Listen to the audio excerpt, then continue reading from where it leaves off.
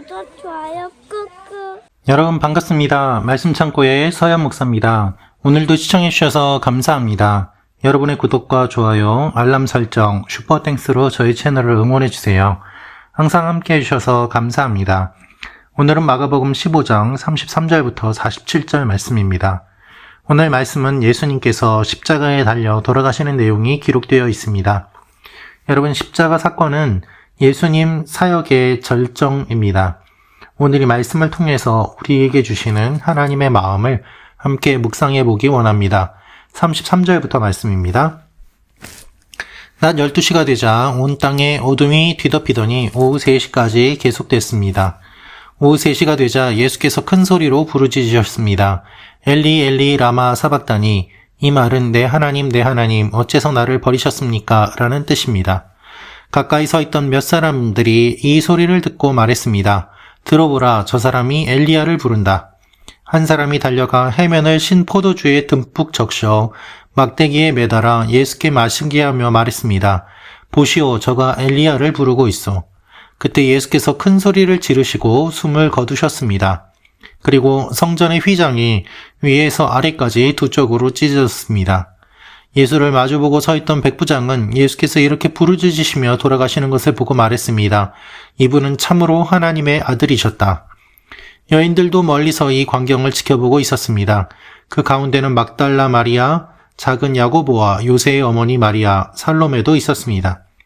이 여인들은 갈릴리에서 예수를 따르며 섬기던 사람들이었습니다. 그 외에도 예수를 따라 예루살렘에 온 다른 여인들도 많았습니다. 이미 날이 저물었는데 그날은 예비일 곧 안식일 바로 전날이었습니다.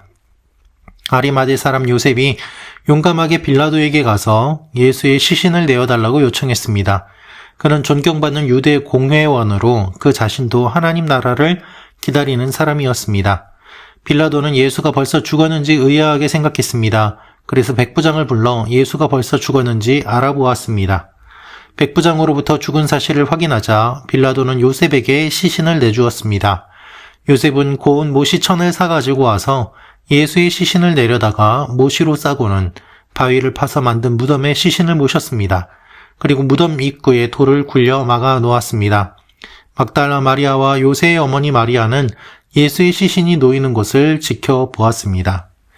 여러분, 오늘 말씀을 보면 예수님께서 십자가에 달려 돌아가시는 마지막 장면이 기록되어 있습니다.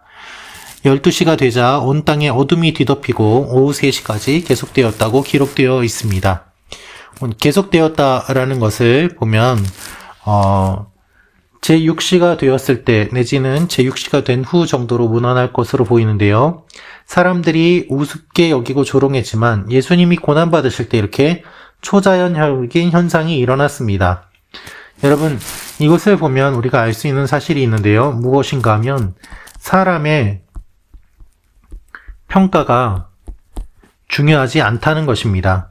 사람의 평가와는 관계없이 예수님은 하나님의 아들이시고 그리고 기적이 일어났습니다. 이것이 본문의 내용입니다. 사람의 평가와는 관계없이 하나님은 하나님의 일을 하시는 것입니다.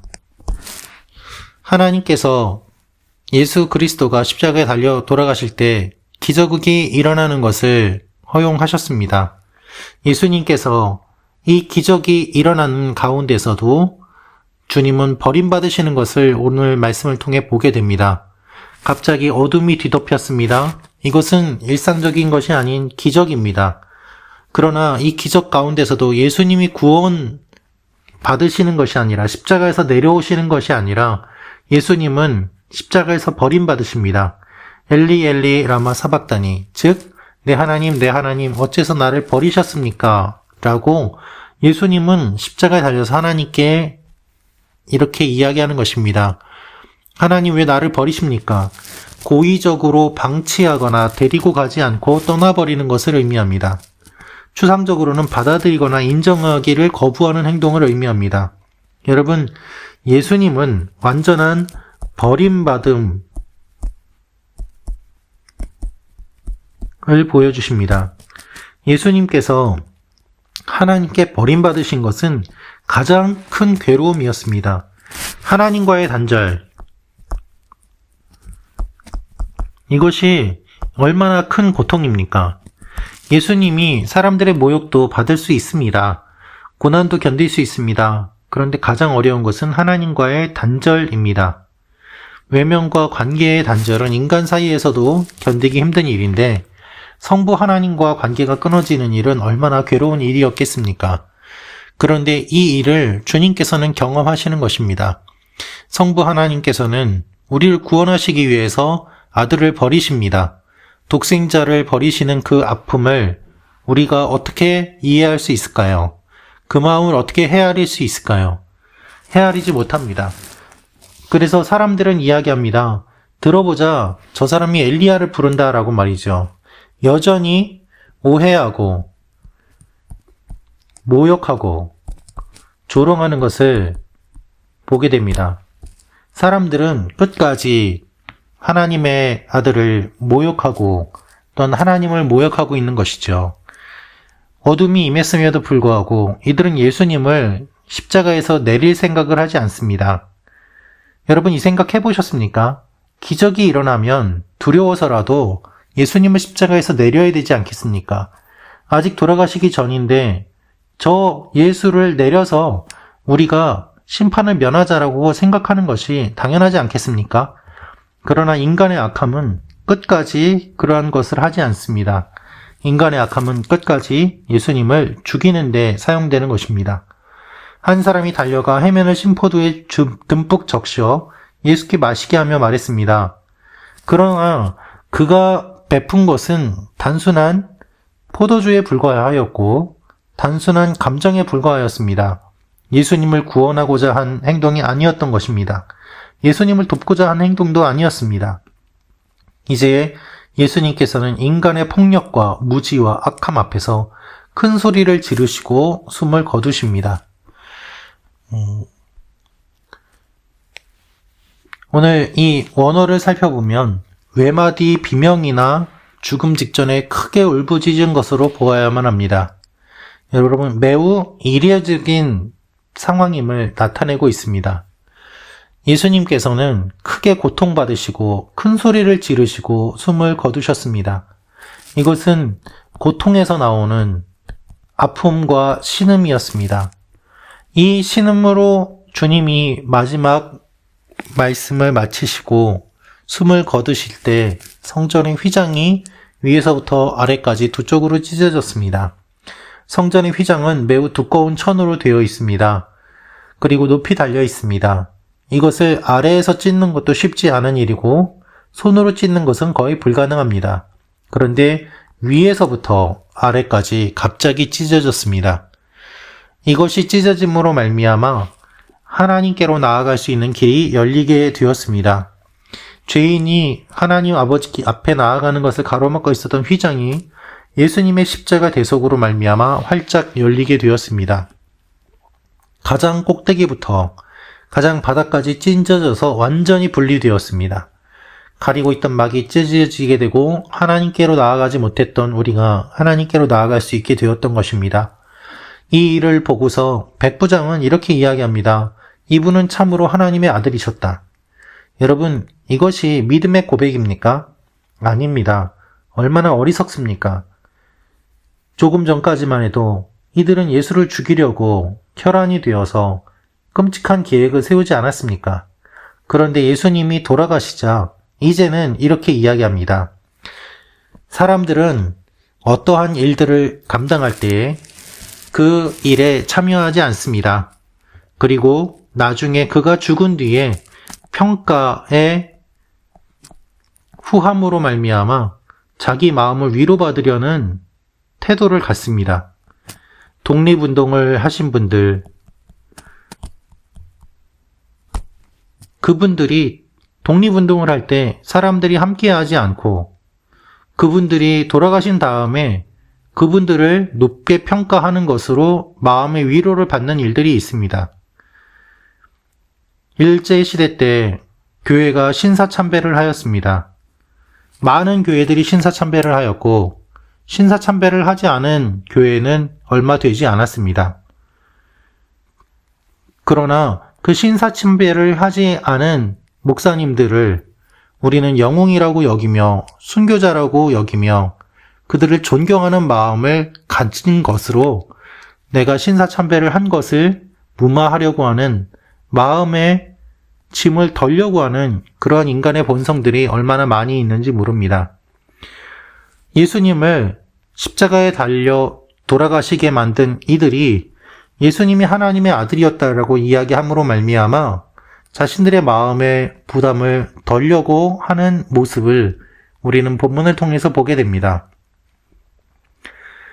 이들과는 달리 여인들도 이 광경을 지켜보았는데 멀리서 볼 수밖에 없었습니다. 오히려 멀리서 보는 이 여인들이야말로 예수님의 죽음을 바르게 본 사람들이고 그 의미를 아는 사람들이었습니다. 이 여인들은 갈릴리에서 예수를 따르며 섬기던 사람들이었고 그리고 예수님을 따라서 끝까지 예수님이 돌아가시는 현장까지 와서 그 죽음을 지켜본 사람들입니다. 이들이야말로 십자가의 증인들이고 또한 부활의 증인들이 되는 것입니다. 예수님의 죽음을 많은 사람들이 보았는데 부활의 증인이 된 사람이 적은 이유는 예수님의 죽음의 의미를 제대로 모르기 때문이고 주님의 부활에 함께 참여하는 사람이 적기 때문이었습니다. 예수님이 돌아가셨습니다. 이제 예수님의 육신은 어떻게 해야 될까요? 안식일 전날이기 때문에 장사를 빨리 서둘러 치루어야만 했습니다. 그런데 아리마대 사람 요셉이 용감하게 가서 예수님의 시신을 내어달라고 요청했습니다. 이렇게 요청하는 것이 쉽지 않았을 것입니다. 저 사람과 한편이다라는 비난과 조롱과 또한 앞으로의 삶에 있어서 불이익을 받을 것이 분명하기 때문입니다. 그러나 그는 하나님 자신을 기다리는 사람이었고 그는 부자였고 자신의 무덤을 준비하였던 사람입니다. 그 무덤을 내어드림으로 말미암아 예수님이 장사되는 것을 준비할 수 있었던 것이죠. 여러분, 우리가 살아가고 있는 이 시대도 이와 같은 일들을 우리는 요청받게 됩니다. 요셉처럼 어떠한 옳은 일을 하려고 할 때에 비난을 받기도 하고 이상한 시선을 받기도 하고 오해를 받기도 합니다. 그래서 많은 사람들이 자신의 이야기를 하지 않습니다. 생각을 말하지 않습니다. 그것을 감춰둔 채 조용히 지내는 경우들이 많이 있습니다. 그러나 요셉은 그렇게 하지 않았습니다. 요셉이 빌라도에게 들어갔다는 것은 물리적으로도 여러 관문을 거쳐야 한다는 말이지만 빌라도에게 들어가기 위해서 많은 사람들에게 알리지 않을 방도가 없으므로 대단한 용기가 필요했던 것이죠. 공회원인 요셉이 예수님의 시신을 요구해 장사를 치른다는 것은 보통의 용기로는 불가능한 일이었습니다. 공회가 예수님을 처형하는 데 주도적이었기 때문에 공회원인 요셉이 예수님의 시신을 요구하는 것은 공회를 척지는 것이기 때문이었습니다. 그러나 그는 용감하게 그렇게 하였습니다. 빌라도는 예수가 벌써 죽었는지 알아보게 하고 또한 요셉에게 시신을 내어 주었습니다. 요셉은 예수님의 시신을 가지고 무덤에 안장하고 그리고 장사 지내게 됩니다. 이 일을 지켜본 많은 증인들이 있었습니다. 예수님은 확실하게 돌아가신 것입니다. 사랑하는 말씀 참고 가족 여러분, 오늘 우리는 십자가 앞에서 우리의 모습을 보게 됩니다.